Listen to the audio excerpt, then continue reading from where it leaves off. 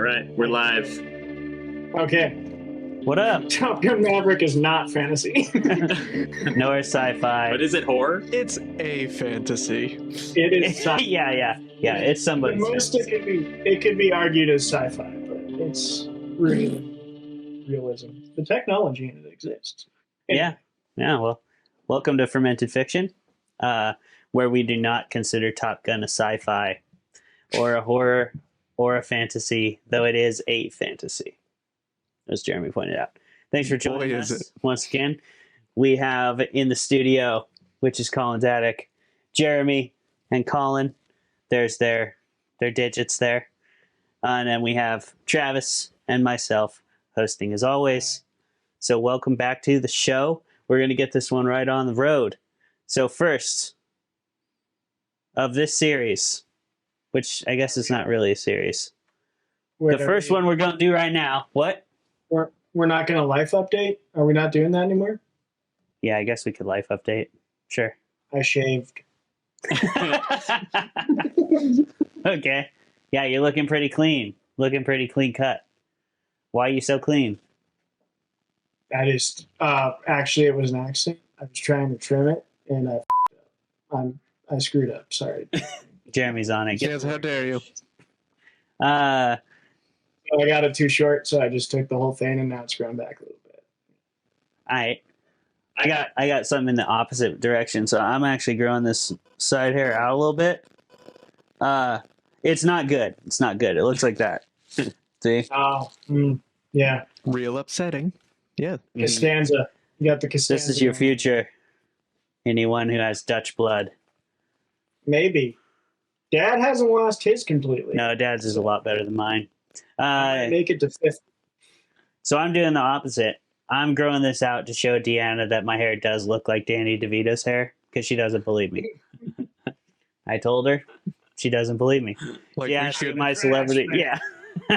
We could show her some of the old footage. She might believe you then. I know. So anyway, I started blast. Yeah, we were talking about celebrity lookalikes, and I jokingly thought I might get Danny DeVito just because of my hair, because we were just using one of those phone apps. You know who I got? Take a guess. Just take a guess. I can't take a guess. Mark Ruffalo. All right, you have a guess, Colin? Oh my Who do you think I got on a really crappy free iPhone face matching software? Seth Rogen.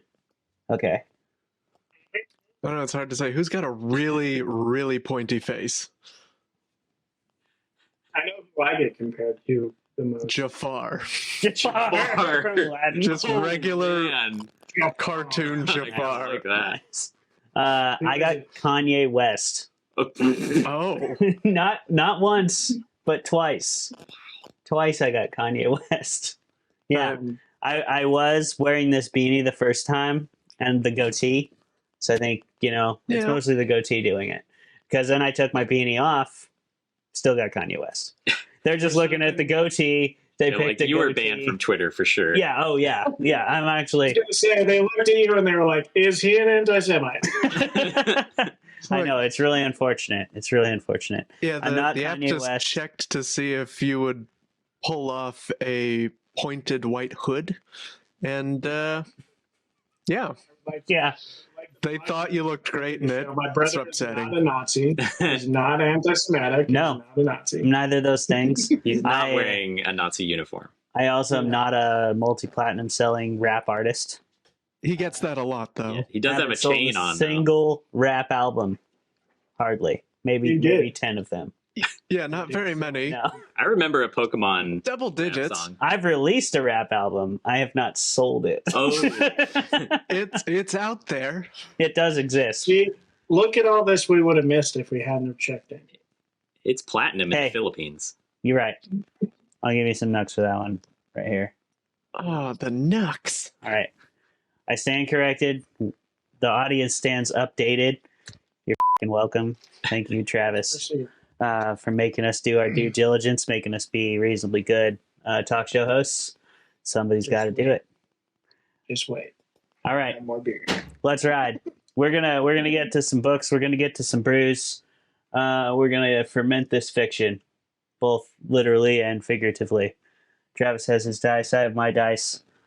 What are we talking about this week, Travis? We're talking about The Invisible Life of Addie LaRue, which I'll try and give a short summary here. Addie LaRue is a woman who has lived over 300 years, I think. Yeah. Oh, yes. Yeah, over 300 years, and sort of the setting of it is like the general Europe area and then America, and the flash forwards, it jumps back and forth in time. She is cursed with immortality, and a very interesting twist on it where everybody who leaves her presence for any amount of time forgets about her. So she can't leave a mark on anything. So basically she's lived an invisible life is what the book comes through. And she meets a boy, a man, and there's interesting things, and there's some cool French voodoo type stuff. Anyway, that's the book in a nutshell, without getting too much into the weeds, which we will. Oh, we're going into the weeds. I see those weeds. I'm diving right into them. But first, we're going to roll. And the reason we're going to roll is because this is the game we always play. We call it Forced Entrollment. Thank you, Philip Rivers, patent pending. We've got 2 D20s here. The high roll is going to defend Addie LaRue, and the low roll will attack it, like the low scoundrel that they are. And then, we'll talk about what we actually think about it with the entire team at the end. That's what we do on the show every single time. That's the show. That's the show right there. Let's ride. What do you got? I got a big old 7. I got a big old 6. Heyo. Every time. Oh, All right. Wow. All right. I What thought a it was a legend. 9 for a second, but it's not. It's a 6. He's excited by a 9. What a legend. Oh, well said, Jeremy. All right. So Jeremy's going to give us our 10-minute timer. He's got his notes. Oh, yeah. He's ready to roll. It's happening. So we've got some good old-fashioned, no-holds-barred entrollment going on in 3, 2, 1, bam! Are you touching gloves? Are we touching? Yeah, touch the gloves. Be a good sportsman. Wasn't sure if you were going to touch gloves or not. Okay. You're in modern style, and Yeah, I see you. I see you being just offensively Irish over there. all right, let's go. All right, look. This book, I didn't think I was going to like it at all. And when you suggested it, I was like, fine. I'm not really a romance guy. I do like the paranormal aspects. Those can draw me into a lot of genres I wouldn't otherwise get into, like action. But it wasn't. This book actually kind of turned around my opinion on it, which is really good because I've been looking for a romance book that could do that. I've read too many that, I don't like when books are just entirely about a relationship. I understand relationships are an essential building block to any good story, but it always annoys me when it's like there's literally nothing else in the world. Is sometimes how romances make me feel, and I just don't care. Like that's why I don't watch reality shows. I don't want to pretend that the only thing that matters in the world is love and relationships. Like there's so much more happening. And I really like that Addie LaRue did show us a little more of the world, in my opinion. It didn't feel so much like we were in a vacuum of this like relationship and this love. There was like a lot more to it. And it was a really cool way to take that like overplayed idea of careful what you wish for, which is kind of like the warning behind this kind of creature always, and putting a really unique spin on it. I thought it was a very good commentary on women throughout history. I thought it was a great commentary on what the meaning of life is and what it means for a life to even have meaning. And I really like how it offsets that idea of freedom, that even freedom has a cost. Everything has a cost. And I thought it was a very good commentary on lots of those things. That's my opening statements. All right. You've set up one of my main arguments by saying it felt like it was set in a world that was broader than just love, which maybe I'm coming in from a different angle here, because I like romance. I'm a romantic. You know this about me. Mm-hmm. I'll read the classics. But this book, I feel like what strikes me the most about a large world book, like a book that's set in, hey, we're going to go over the whole world. We're going to talk about how Addie's 300 years old. And then we're only going to talk about New York, Paris, London, and Prague. This woman lived for 300 years and had an unlimited amount of time to do anything she wanted. And apparently she never left Europe until the 21st century. And I'm like, that kind of pulled me out of the story. That was my first critique. But my main critique about this book is the same critique I have with a lot of modern television. It's that, yes, time jumps are a fun narrative structure, but they're getting overplayed, and sometimes they are a detriment to your story rather than a compliment. And the biggest reason I think that with this is it took away all motivation for me to keep reading.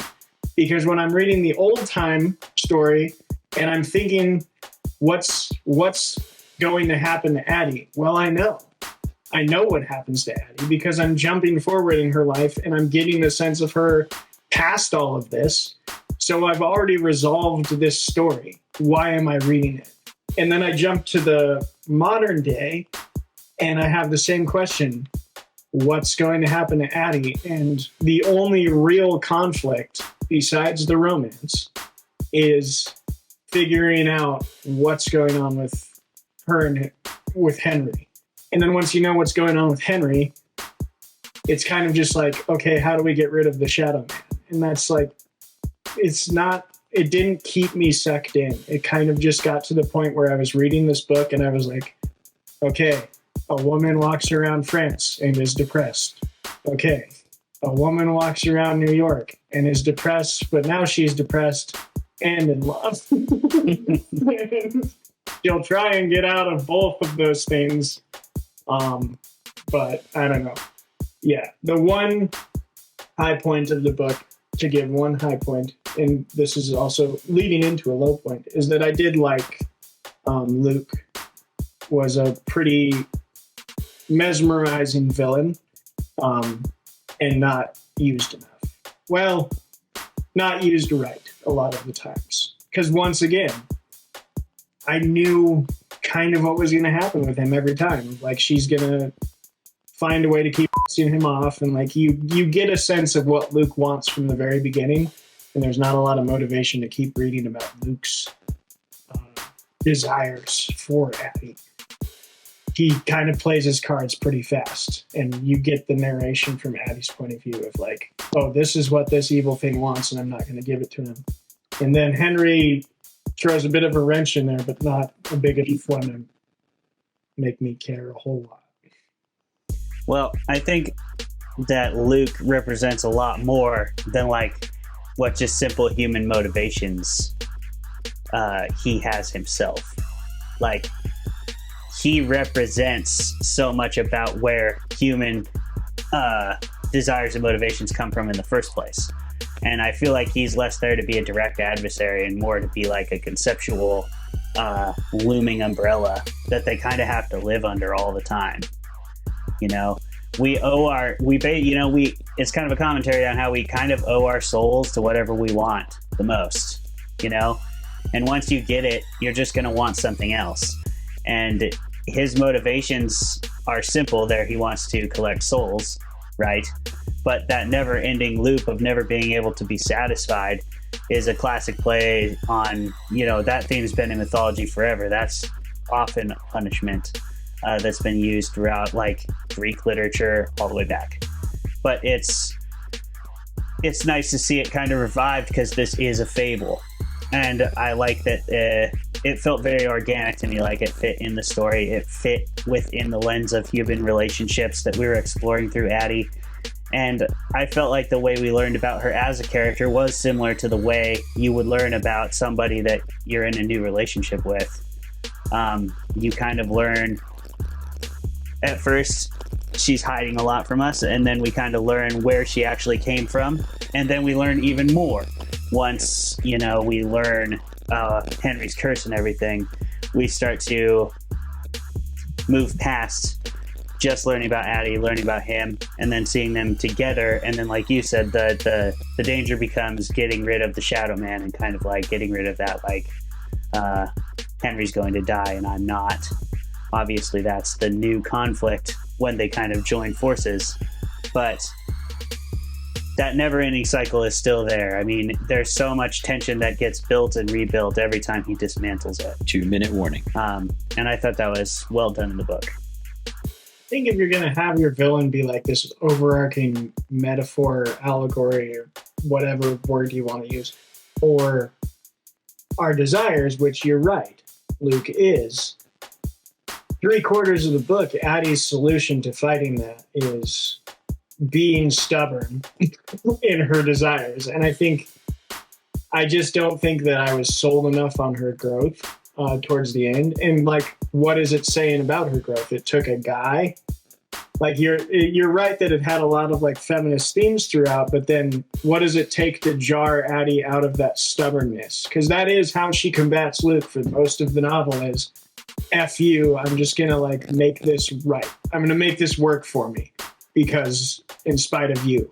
In which if I'm saying, okay, Luke's this metaphor for desire, then apparently what this character is telling me is when I have strong desires that are actually detrimental to my life, I instead just say, no, they're helping me. I'm just wrong about them. And it takes a guy to jar her out of that. And I think that's counter to what Schwab was trying to do. It's not about the gender. Both of them are queer characters. It's true. It's about that he remembers her. It takes love to jar it out. And that... I don't think it's as simple as love. I think it's simpler and more complex at the same time, because love is an abstract concept. This is literally him meeting a need and her meeting that same need in him that nobody else can meet, and that is the kind of foundations that real love is built on at the end of the day. I think it really just does come down to it. 10 seconds. Are we physically attracted? Are we emotionally attracted to each other? Those foundations, you need those if you're going to start real love. Beer of the week!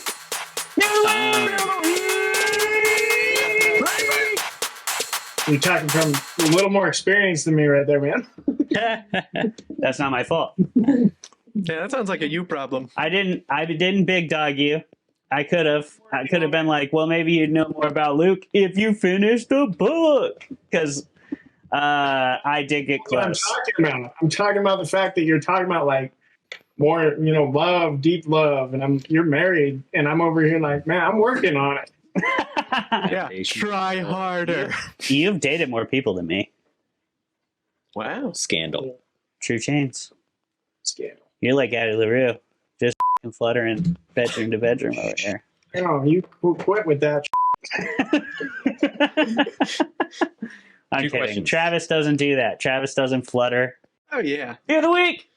Everybody! We're doing it. Beer. Get a glass. You're not going to clink yet. That sounds disrespectful. All right, so I'm going to keep that. This works perfectly, actually. All right. For our beer of the week, brought to you by Special Brews in Linwood, Washington. Go on over there if you're ever in the neighborhood. Linwood, Washington. Special Brews has all the delicious beers you could ever want, and then it has a few more after that. So go check them out. They're awesome. This is true. Say hi to Dan. Say hi to Jamie. Thank you guys for helping us pick these beers. For Addie LaRue, we got Blanche Chambly. Bum, bum, bum, bum. Yeah, that's the only reason. Sacre bleu. It's actually a Belgian style, but it's got a French name, so we're calling it good. That's right. Yeah. I bet Addie might have popped by Belgium. Oh, yeah, she would have. I bet Addie She did. gets around. There was a lot of Europe. time between America and World War II. Addie could have been around doing some other stuff in Belgium, probably. Make sure you pour beers on top of Yeah, that's audio cables. that's so good. Give it a little tilt. Yeah. So it's not like That's what I should Collins. have done. Look at this. Look at that pour. That's beautiful. Oh, beautiful. All the head. Bartender. Oh, boy. Give it a little tilt, bud. Pour me, Oh, Jesus pour fuck. me another drink. this is a shock operation. You're doing amazing. Thanks. Just incredible things. Look at that color. That That's golden. It's a beautiful color. It's a tasty looking beer. Yeah. I'll give you the rest. I have an advent calendar Ooh. because we're recording this around Christmas time. Yeah, we are. Ooh. And I just grabbed 3 random ones. Now I'm going to grab another random one. Whoa. Okay. Well, joy to the world. It's 12:45. Ooh. It's 10 Barrel Brewing Company's Crush Raspberry. Sour. You hate fruity beers. Hmm. You meant really random. Now, how did you do this? If you didn't even look How? at it? I wanna know. It's a big box with 24 slots in it, and I just grabbed 3. Oh, wow. You're a sinner. Holy moly. All right. Dang. Cheers. That's a bold move. I respect it. That's how I want to celebrate the birth of our Lord. It smells like a Belgian. Smell that. Yeah, the Citrusy. summer, whatever. It's Sweet. fine. I want presents. I like Belgians. Hmm. I'm stoked about it. Oh, boy. That looks brutal over there. Is this going to be a DNF? Ooh, yeah, like that. Oh, boy. If I didn't DNF Colt 45, I'm not DNFing this. Mm. Godspeed. Beer of the week. Beer of the Cheers, week. lads. Cheers. Beer of the week. It's good. It's kind of fruity, kind of Hefeweizen-y, actually. Yeah, it's got that kind of Citrusy, citrusy, light, almost full of flavor. buttery sort of, Hmm. and it's Buttery. a little bit, you know, Yeah. coats your mouth that way. It's Not an IPA. Not an IPA. 100% Which not is that. nice. It's a nice break. yeah, you know. I enjoy this. I would I think drink we'll this have to again. blur Travis for this. He's gonna need a breather. Yeah, that needs some beer's delicious. It'll just censorship. be one of those, like, beer's signal delicious. interrupted, Oh I boy. got half of it. Oh, bud. technical difficulty. Oh, How oh is my. It's, if I don't know how to judge a sour because I just think they're the worst thing ever made. Like they're so bad. Like But people like them. I know they just taste like if you made raspberry, you take raspberry and you take beer, and it's like, oh, we could like subtly mix these to be they just are like make them both bad and put them in a glass. That's what I feel like sours are. Do you hate sourdough too? No, I don't mind sourdough, It's the same thing. depending on who makes it. True. It's when you unfreeze sourdough bread, it assumes it's liquid state, and that's what you're drinking. It's bad. Hmm. No, I don't mind sourdough, but Wow. depends on What the a sourdough. hypocrite. Some sourdoughs are more sour than others. My girlfriend makes really good sourdough, really subtle sourdough. I've had really affronting sourdough before. She's also Affronting. just off. The trick is make toast. She's not. Toast, everyone. That's the secret. Toast. Toast. Sourdough toast is delicious. Oh yeah. Just like this beer. Yeah. it Cheers, is. everybody. Oh, he's gone. Cheers This again. beer's great.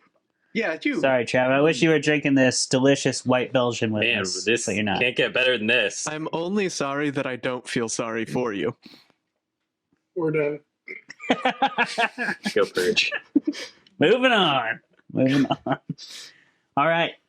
With that, we're going to start a couple new segments. These are going to be quick rapid fire segments. And then we're going to get into what we actually think.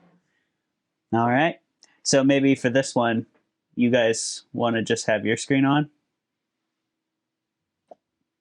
Collins things. I mean, we could just do it like this as well. we can just Do that. stick with Yeah, this. we can All right, do it that like works. this. That way you can participate. All right.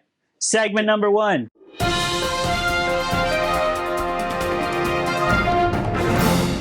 Take it away.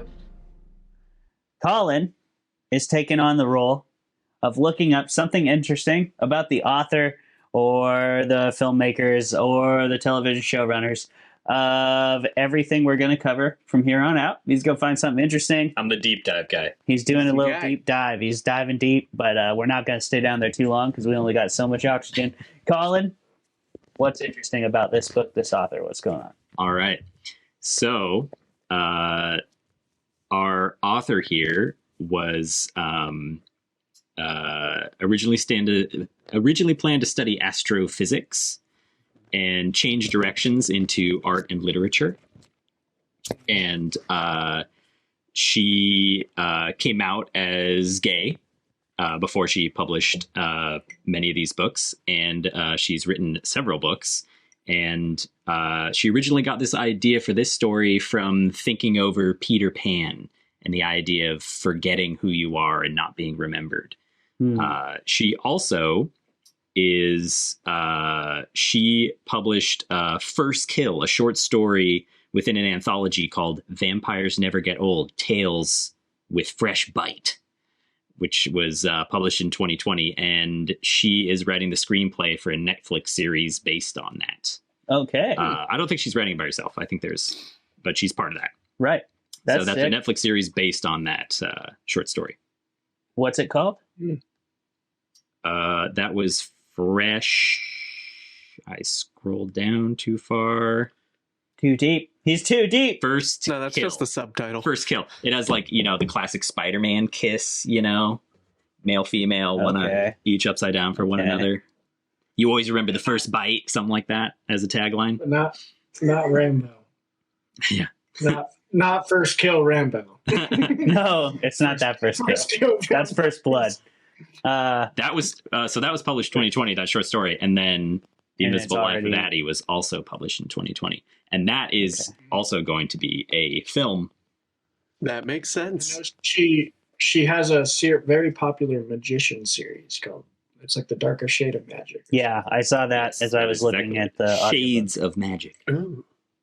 So shady. They Cool. have cool artistic book covers. Oh yeah. Seen them in Barnes. There you go. That's your deep dive on V.E. Schwab, Victoria Schwab, for her romance. All right. Thank you, Victoria, Yes. for writing good content. Let's give her some snaps. We'll give her some snaps. Yeah. And Colin. Snaps for Colin. Snaps for Colin. Snaps for Colin. These, So good. these ones are for Yeah, it's- Colin. The other ones were for Victoria. Yeah. Deep diver. They're separate. They're distinct. Thank you, Colin. I'll Thanks wear for a going scuba deep. next time. Yeah, you should get a helmet just for this segment. We'll rig up a Yeah, you'll want that. phone. Big old And it'll- bronze one. Yeah, one of those It won't come like with it. 100 I'll have to pound. open up the thing. Yeah, with the little window. You'll want That that. would be great. We need that. We do. All right. If you watch this show, Always wanted one. this is the kind of stuff. See, this is the kind of stuff is why you need to go on Patreon. Yeah. Yeah, You need so to we can support afford this that. show so we can get scuba diving gear. If you have Yes, an in antique space. diving Let's helmet, go. put it in a box, ship it to Ship the it here. address that will show up right on the bottom of your screen. And we will send you back a neat hat. It's so neat. That better Like- not be my address. All right. In space, It's in space. everybody. space. All right. Jeremy,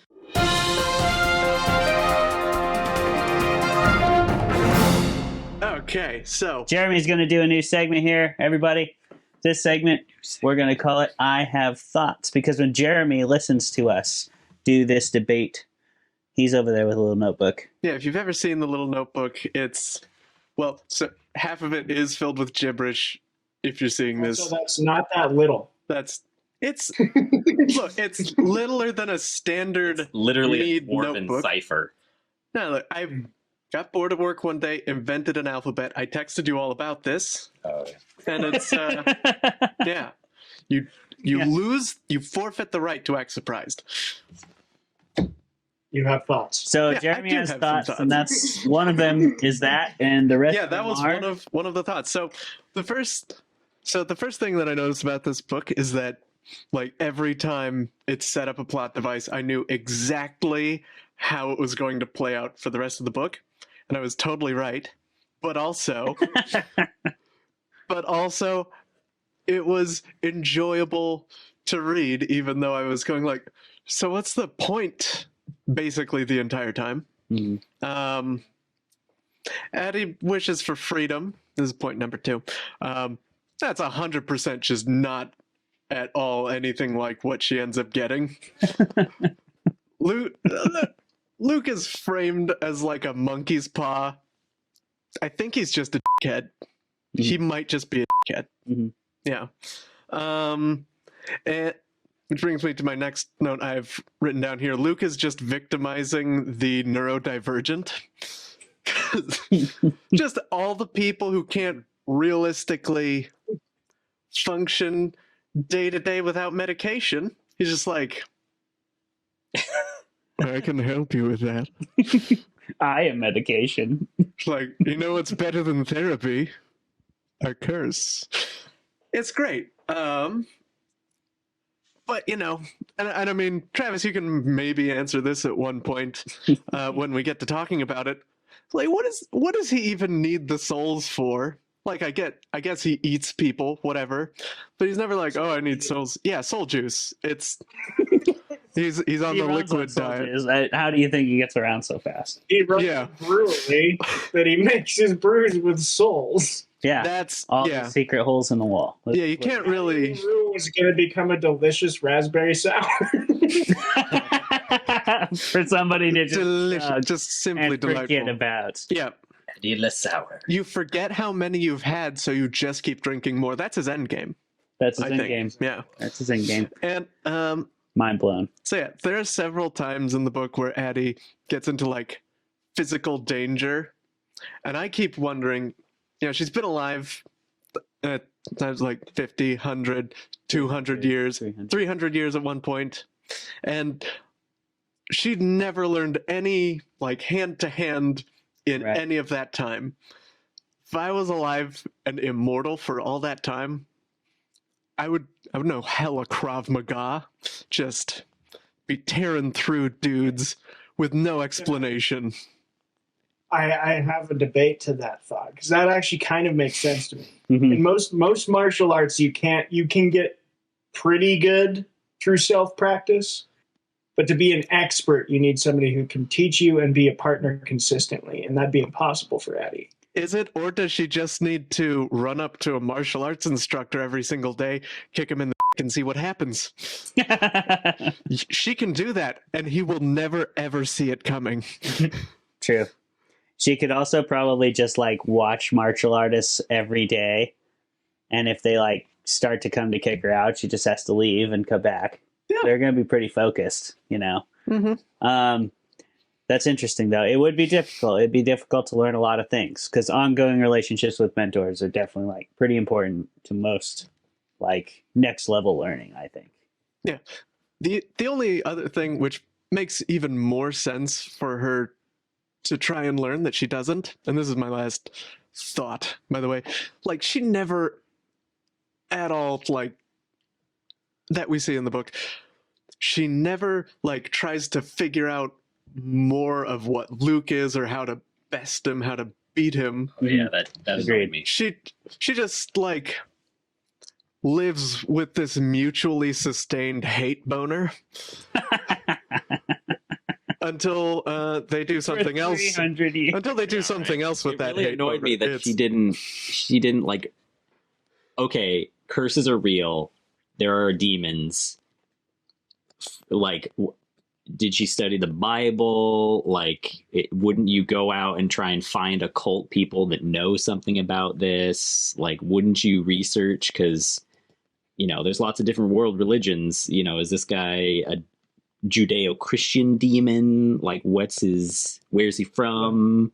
Right? Because you would want to find like some sort of oracle or psychic or someone who could fix this. And it's like, she just looks at art and hangs out with artists and has sex with them. Like, that's what she decides to do. She doesn't think, I should probably find like a priest. Yeah, she never hunts down a priest or the Winchesters or like Or anything. like, even goes back to her hometown and like tries to figure out what the Wisdom's religion was, because like that lady was clearly Dialed into a something. very specific religion, but like all she ever says is like there's many gods, and it's like you never try and figure out, was that like a specific French voodoo sect, Was your wisdom a Hindu somehow? I don't know. Figure it out. Which shadow god are we dealing with? Well, she does actually go back to the old lady and ask, what's going on. But the old lady doesn't remember her, so she just kind of like tells her to go away. I agree, though. I think there is definitely like, and this is what are we on to just talking about what we actually think? So you would go first, Travis. Yeah, Travis, what do you think? I guess it's an entertaining enough book. I have two things. I don't think I can fairly review it because I came off of a book that was very similar in feeling that ended very badly. It was called The Starless Sea by Aaron Morgenstern, and it's 3/4 of the book's pretty good, and then the last quarter I was just like sorely disappointed. And they're not the same story at all, but they have a very similar vibe. And I came right off of that, right into Addie, and I got like 4 chapters in, and I was like, oh my god. I just drudged through A Starless Sea's last quarter, and I have to like pick up that same kind of protagonist again. It's this, there's a trend right now in like modern fantasy where like your protagonist is a bookworm and an art nerd and like is like deep in that world of, which has been a trend for all of fantasy's time, but like it's a very specific kind of trend right now and I can't really describe it. Anyway, so that definitely influenced it. I don't think it's a bad story. I think it's entertaining. I think it's a bit slow. And I think it's one of those stories where it's like, if you think too hard about it on a logistical level, like we're saying, like if you think about why didn't Addie do that? Or like the thought I had of like, has Addie ever been to Asia? Because she never talks about it. And like you had 300 years. Did you ever go anywhere but France and London? Yes, did you America. Try and find other cultures or only Western European cultures? That kind of thing, like to find answers. I think it's one of those books where it's like, if I didn't think too hard about those tiny little details, it was fun. It was good. It was a decent romance. I think Henry's a good character. I think Addie's a good character, but it's predictable. And I would not pick it up again. I would, like, when I'm done with it, I'll put it on the shelf and I'll never reread it. Like but it wasn't bad. Yeah, I feel kind of the same way about it, actually. I was really enjoying it at first when it was a little more of a fantasy. I just naturally liked it more when she was kind of like early on in the curse, when she was kind of like figuring things out and she was going through those tumultuous emotions. The prose there and like the descriptive language and the dialogue, I thought it was really, really well done. The tension was really high in the beginning of that book, but it just did not carry itself through. Just like you guys are saying, I feel like Addie's character and the story as a whole, plot and everything, just kind of like flatline about halfway through. Because the tension stops ramping up any further. Kind of like, I feel like it's at its highest point early in the story. When she first learns, it's very mysterious early on. Like, you're like, oh, well, why doesn't he remember her? Is she alive? There's like a lot of questions. She refers to herself as a ghost. Is she literally a ghost? It's really hard to tell. And there's a lot of like interesting, like paranormal elements happening up to where she makes her deal. Awesome. Like commentary on being a woman, commentary on being young, commentary on wanting something that you can't even like perceive how to actually get. And that continues through till about basically when Henry comes in the story, I think. Because as soon as she meets him and as soon as it's like, I remember you, it's like, okay, this is all the story's about now, is like this relationship, I think it's after that. It was after that for me. The moment that I really lost steam was the moment that they like tell each other that they're both cursed, because that added an element of mystery. Because like I was kind of losing steam already. She met Henry, and then the like tension became, well, what's up with Henry? Like I'm pretty sure I know. Like Jeremy said, I was like, I'm pretty sure he's cursed too, but let's see. Right. I knew that immediately, but we didn't know what. And I was like, I want to see like what his curse is. That's cool. And then once you figure that out, it's like, okay, well, now what? Right. And to your point, like what could have been a great, really tense moment was like that first meeting with his friends. If Addie had told him the truth, right? Mm-hmm. But she tells him really early on, and so they don't really have to navigate that too many times. They do it like one time, right, at the party, and Robbie's like, doesn't remember her and gets mad over and over. Mm-hmm. So like that happens one time, and then she just tells him everything. But I don't know. I don't feel like that's how it works in real relationships. I feel like this book did a good job of building like what this would really look like. Up until that point, seemed a little unrealistic. I guess I could see it. Like if you'd been alive for 300 years and you've met one person that finally like can remember you, you like wouldn't want to do anything at all to mess it up. Obviously, but still, Yeah. I think there's Addie's character is kind of flat. She's kind of flat. I think there is a problem with tension in the book, and I think a lot of it derives from the structure of it. It's just like if you were coming up with how to make a story that continues conflict and tension and page turning, this is a really hard one to do. Like, okay, here's your main character. Everybody forgets her after 10 minutes of being away from her. And so it's like, how do you make sure there's tension in there that's continuous throughout the book? And that's difficult to do with her curse. But in addition to that, you have 2 time frames that you're viewing the story from. Mm-hmm. So it's like, how do you develop an overarching conflict other than just, her struggling with this curse? And I think that's kind of absent. There's not like her doing the classic, quest to try and figure out how does she trap this guy or get out of it somehow. Mm-hmm. Think like Aladdin style, like, what can you do to get out of the things that you've created, the curses that have come real, the wish that's come true.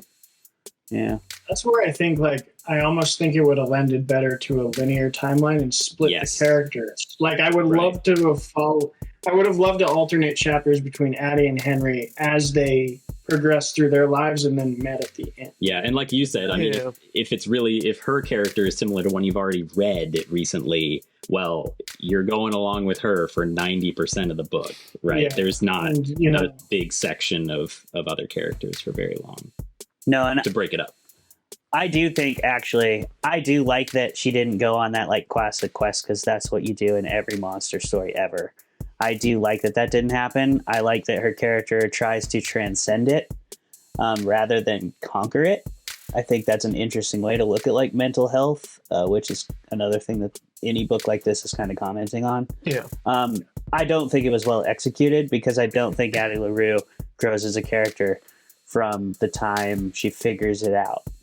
She once she starts to figure out how to use her curse to survive, That's just she seems to just completely stop growing as a human being. But she's portrayed as this like transcendent being who just lives in art and inspires artists. It's like, no, like, all right, I'm going to say this could sound controversial, but here's what I'm going to say. She's a beautiful looking woman. Of course, she's going to find her way into a lot of male artists' work if she will let them draw her, and if she will like be in relationships with them. Beautiful women inspire a lot. Beautiful people in general inspire artists, no matter their sex, no matter what. Like, yes, that is going to happen. But she's not like a transcendent figure, really, to me. What does she actually even want? And she wants to leave a mark, right? To be remembered, I guess. Does she only want that because it's the one thing she can't have? And does her motivation ever metamorphosize or grow? Because it sure doesn't seem to. Like, from the time her parents forget her, that's like all she wants throughout the rest of the book. She talks about how she's like drank in London and partied on this rooftop and been to all these cool clubs. But I don't get the feeling that she liked any of it. The tone of the story throughout is kind of depressive and like, it just seems she's like over everything. It seems like it all just made her less sad at the time. Mm-hmm. And yeah. And like I would have appreciated that philosophical sentiment, because that is strongly where I sit in like belief systems, is that those kind of things that you strive for on the exterior aren't really what's going to give you life. But I would have liked it if it drove it home. But so far, and I will admit I'm 3/4 of the way done, it doesn't seem like it's going to drive it home. And from what I've heard from you guys from the end, it doesn't drive it. Well, no. That upsets me. Honestly, I was very much not a fan of how the book ends, and the hard right turn it takes into like every romance novel I've ever read. Literally, like, I don't know, Jeremy, what do you think? I didn't read the last page, but I read 7/8 of this thing. I was trying to finish it on my way here, didn't quite make it. Jeremy summed up the end for me, but he told me what was near the end. I know I was there. Right, it was the very last sliver. But Jeremy, does it drive it home? In a word, no. You spend 90% of the book waiting and going like, okay, so what's the point? And the point is that basically just Addie's gonna talk for quite a while about being, I don't know, not really human anymore, even though she's had very human motivations throughout the entire book, even though she feels totally disconnected from humanity, which, she probably has ADHD. Well, and how much of being human is being mortal, how much of the way we act is pretty much entirely dictated by our short lifespan. I would say a lot of it. Like you guys said, if you knew you were going to live for 300 years, you would not be doing stuff the same way you're doing it right now. Well, I think that Henry sets that up. And again, it doesn't deliver. I mean, one of the first cool scenes, this book has a lot of really great scenes. Oh, yeah. One of the cool scenes with Henry is the theater, where he's like, has a panic attack, essentially. And she's like, why? He's like, have you ever known that you only have a little bit of time left and you don't want to spend it watching like a boring Hitchcock film that your date has already seen? Mm-hmm. And I was like, that's a really, that hit me hard, because I'm a person who spends a large portion of my life on a couch watching boring films. And I was like, God, I've never thought. Yeah, I mean, she survives plague and starvation in 18th century Paris, and then she enjoys watching movies time and time again, over and over. It's she doesn't snip at anyone well, have you seen people dying of starvation in the streets? Because I have. Have you seen bloodletting as people chop each other's heads off in the French Revolution? Yeah, I think you're okay not getting the cup of coffee you ordered. All right. Yeah, right. I'm surprised she didn't just strangle some strangers in coffee shops. She'd be that one incredibly social activist friend who's always you're talking about it. Oh, my day at work was hard. I had the office things, and they're like, well, there's children in this country that are dying of this plague. How do you feel about that? It's well, now I'm sad. Thank you, Addie. Thanks, Addie. Now I'm very sad. But that would be transcendent artist muse of her, which is definitely the character she is being set up as. No, but again, that's just the character it's being told to us that she is. Right. But exactly. But I don't know if I believe it. Yeah, I don't really know. It's one of those things so it's justified in the book because it's said over and over and over that that's what she cares about. Yeah. But I don't know, for whatever reason, however Addie is written, I didn't connect with her on a very human level. She always felt like a book character to me. And I never felt like she was a real person. Didn't feel like her motivations seemed genuine to me. So I don't buy it. Yeah. I don't know what she wanted. Don't know what she even liked other than sex and art in general. And really, who can't get behind that? I mean, we all like sex and good art. Everybody likes that. So I'm not faulting her for that. Definitely not slut shaming Addie LaRue. But I definitely don't think that she had a lot of motivation. I just don't think so. Quote of the week: We are not slut shaming Addie LaRue. And I'll also girl, you do you. You do you. Hey, You do you. You do that isn't anybody you even like. at all a thing. I think that is great, but I just don't think that it's. What I don't think is great is I don't feel like Addie LaRue is a real person, and maybe you're supposed to feel that way. Yeah, and I think that kind of captures the trend I've been noticing in a lot of these like very popular. I follow a lot of like TikTok book talk, and a lot of the like ones that Barnes and Noble is very intentionally putting on their shelves, the ones that are like people are picking up like wildfire. That's kind of the sentiment I get is prose is coming back in a big way. Like very beautiful, flowery prose is huge right now.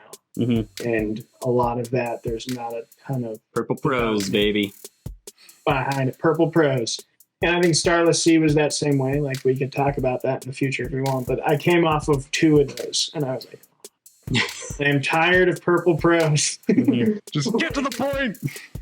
Quit f***ing around. When she kissed him, it was like a storm approaching, crashing waves against the massive cliffs, and the scent of salted air with a breeze that blew from the heavens. Like, and both our trousers needed washing afterward. Good.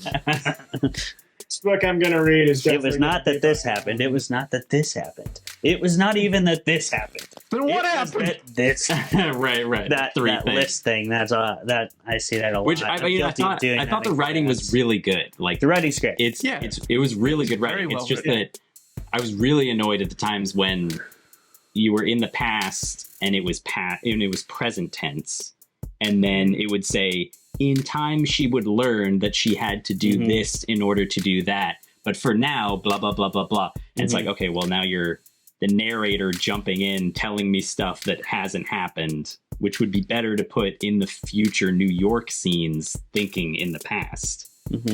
So that creates a separation in point of view problem between the character and the storyline, because it's like, oh, okay, so this is Addie LaRue's story from somebody else.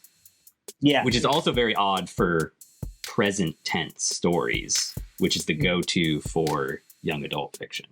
Yeah. I gotta cleanse my palate with some Patrick Rothfuss, which is a joke because he's like the worst offender. Oh yeah, he loves it.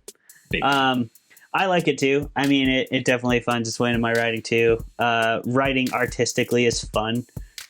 Breaking some conventions is fun, especially when you can pull it off and use it as part of the narrative.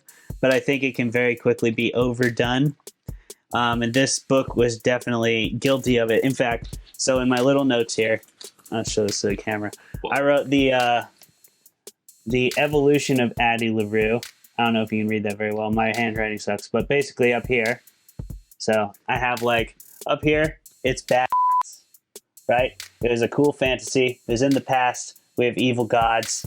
We have all the stuff I'm into. And then we have like a future timeline where we're kind of figuring out, where did this peasant girl end up? How is she in New York? Let's go. I was into it. Then it goes down a step into lit fic. It takes a hard right turn into purple prose land, and it does not leave. Purple prose is here to stay for the rest of the book, and then it takes down into Twilight, which is what this book becomes when Luke and Addie, their relationship becomes more of a thing. So this is the part you didn't get to, Travis, but as soon as Henry reveals that he's going to die in a year, he reveals that, and then Addie LaRue and Luke, then it goes on like a 4-chapter romp through their relationship over the last 300 years, which is that classic like abusive relationship cycle. Yeah. And we learn that that's basically what's going on, an abusive relationship, which, like you said, opposite of freedom, literally possession. Didn't get my wish. I want my money back. Yeah, he's just a liar. He's a liar. The big question that's roams around the internet for reviews of this book was, what happens? don't any of her partners need to pee? That's the big question. Yeah. Oh yeah. I mean, Several. They're like, Mhm. oh my god! Right, because at time, like literally a bunch of reviews were like, "Oh, what happens when her partners need to pee and they forget who she is? Then I Does she guess- talk to them through the door the whole time?" Like literally just Totally. a bunch of comments. I thought that too. Yeah. Yeah, if they have to pee, well, then guess what? She's coming with them, or she's getting the hell out of there. Yeah. There's a lot of troll When did fodder. they pee in this book, though? Or Because that's I mean, any time travel, right? That was like about time too. It's like if anytime time travel's involved or anything like that, or this thing where it's like if you leave the room, it's like just you can't think about it too much because there's a million ways that would happen. Yeah. Like, the timer's going off in the kitchen. I'll go get the pizza. You're right. And then Oh, you're gonna come back in the room like, why did I make a whole pizza? Who is this woman in my bed right now? Yeah. How drunk am I right now? why am I naked with the pizza? Why? Yeah. See, that's Clothes and the pizza. See, that's exactly why she gravitated towards artists, because like an actor who just wanders into a room naked with a pizza and sees a beautiful woman in the bed, she's like, I'm just gonna go with this. Artists are Absolutely. like, Yes, and "Oh yeah, that was a prostitute." I don't Yes, remember it, but it must be. I can confirm Clayton started this book on a high because December 1st at 3:05. We don't text a whole lot. That's why I can pull this up. Yeah, we do not. It's easy to look it up. I liked it a lot at first. He had proceeded to tell me what to buy his wife for Christmas and then said, also, this book is awesome. Yeah, I'm talking about Addie LaRue. I thought it was awesome at first. Yeah, you go hard with the praise early on with a lot of things. Well, these two books, the two that you're referring to, were really good at the start, I thought. That's true. Well written, and this book remained well written throughout. The language, the like metaphor and stuff is really awesome. I think it just could have used maybe 80% less metaphor. Or even, 80. I think either it could have been Take cut back down or like 85%, 86%, 90%, 90%, 91%, 95%. See, I feel like it could have either been cut down, like you said, to tell a tighter, more succinct story with a clear point, or it could have even been split like 2-3 books between the various time periods, which maybe, I don't know. Yeah. Either way, I don't like it when it takes a hard right into abusive relationship land. And that's just what it's about for the rest of the thing. Well, What's the rating? What do we got? Do you know the rating, Colin? What is it on Goodreads? What is our rating system again? For us? Are we stars Yeah, or 3 like, beers, 4 beers. Yeah, how many beers? Yeah. how many beers? How many beers did it take to finish this? We've never done this for any episode. How many beers are you going to need in you to enjoy this book? Oh, that's fun. Yeah. How many beers do you need in you to enjoy this book so it's golf scores, so low ratings are actually better? There we go. Yeah. 4. Out of 5? Or this isn't actually on a 1 to 10 scale. This is on how many beers you need scale. Yeah. It's 4 for me because 3 is when I'm like, okay, I got to stop tonight or else I'm going to be past Over the limit. threshold. So 4 is like I got to get 1 over the threshold to enjoy Abbey. All right, 4 beers for Travis. How many beers, Colin, do you need to enjoy? 4 is a Addie good LaRue? number. Okay. Maybe 5. How high do we go? See, You go as high as you as high as you want. Sitting? You could go 1 to alcohol poisoning, like anywhere in that and beyond. It can also, you can name a specific beer. Like this may be 4, normal. This is 4 PBRs, but it's like 1.5 Colt 45. Yeah, it's 1 Colt 40. You know what I'm saying? All right. See, I'm gonna go a different way because with the way it was written, it's a very readable sort of thing. It's like it's like the How I Met Your Mother of supernatural romance. Right. Is so I'd say 2 glasses of fancy French wine.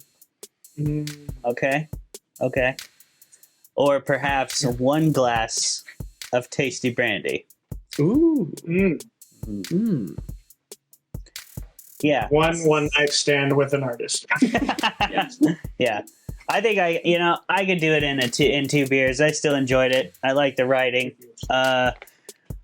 Yeah. And Or Natty Lights. 4 Natty Lights. 4 natty lights. It's a good story. It's well written. It just isn't the best. Yeah, pretty average to me. Yeah. Yeah. Any final thoughts, fellers? Oh, I think at one point Henry was probably going to be the main character until they realized he wasn't interesting enough to be that. Okay. Okay. Maybe. Maybe. Who knows? Hey, it's a theory. If you're out there and you know anything about this theory, pick up on the breadcrumbs, connect the dots, and let us know what you think. Do the thing. I want to see a whole crime board. There were comparisons with Crime boards. If you have a crime board, take a picture. Time Traveler's Wife. I liked Time Traveler's Wife better. I don't remember. I didn't ever see Time Traveler's Wife. See, I would compare it to Age of Adeline. So close. Far too close to Age of Adeline. To the point that I imagined Addie LaRue was Blake Lively the whole time. It's even a similar name. You mean that Adeline could have been based off of Adeline? That's preposterous. How dare you? I guarantee this was better than Age of Adeline. Because that movie is, oh my god, not good. Ooh. Well, What do you think about you that? heard it Jeremy? here first. Yeah, we I heard it don't here. really 10 beers. feel any kind of way about it. It's a Hallmark film with A-list actors. That's Age of Adeline. That's yeah. Okay. My wife would watch it. Now, I'd like to sign off with this. I realize as 4 dudes, we probably miss a few of the thematic elements that are present in a queer romance novel. I'm also not a romance reader, so this is one of my first romance books. So honestly, didn't think it was too bad. Good job. Good job, Swab. Yeah. I like your style. Like your prose. Way to go. Yeah. I mean, Snaps. is there a better way to judge a romance novel than when you're driving home and you're like, God, I hope no one at the gas station hears this part. Oh, I listen in my office. I'm just blasting it. I'd be like, I'm going to turn the volume. He lowered himself down her body. Earbuds are gonna be your friend. Absolutely. Sponsored by Raycon. Scott, what? Hi, I'm Travis. Yeah. I'm in charge of student housing. No, my pants just look like this. They're Italian. What do you want? Good job. Good job, guys. Way to go. I think that's probably an episode. Thanks for tuning into Fermented Fiction. Links in the description. Follow us on the Twitters. Follow us on the Gram. Follow us on TikTok eventually when it exists. Oh, yeah. Follow us on Patreon. See you next time. Money. We'll even take suggestions. I have a TikTok right now. I think we should get a do TikTok. Yeah, on a different note. I follow you. Because we could chop Yeah, I up know, these thanks. videos into smaller bits. Oh, yeah. Just bits. It's in space. It's in space. Absolutely. Yeah. That's Gift Town right there. Yeah. Anybody who supports the Patreon can look forward to the in space supercut at the end of the season. Oh my God. Absolutely. All right. Thank you. Goodbye. Bye.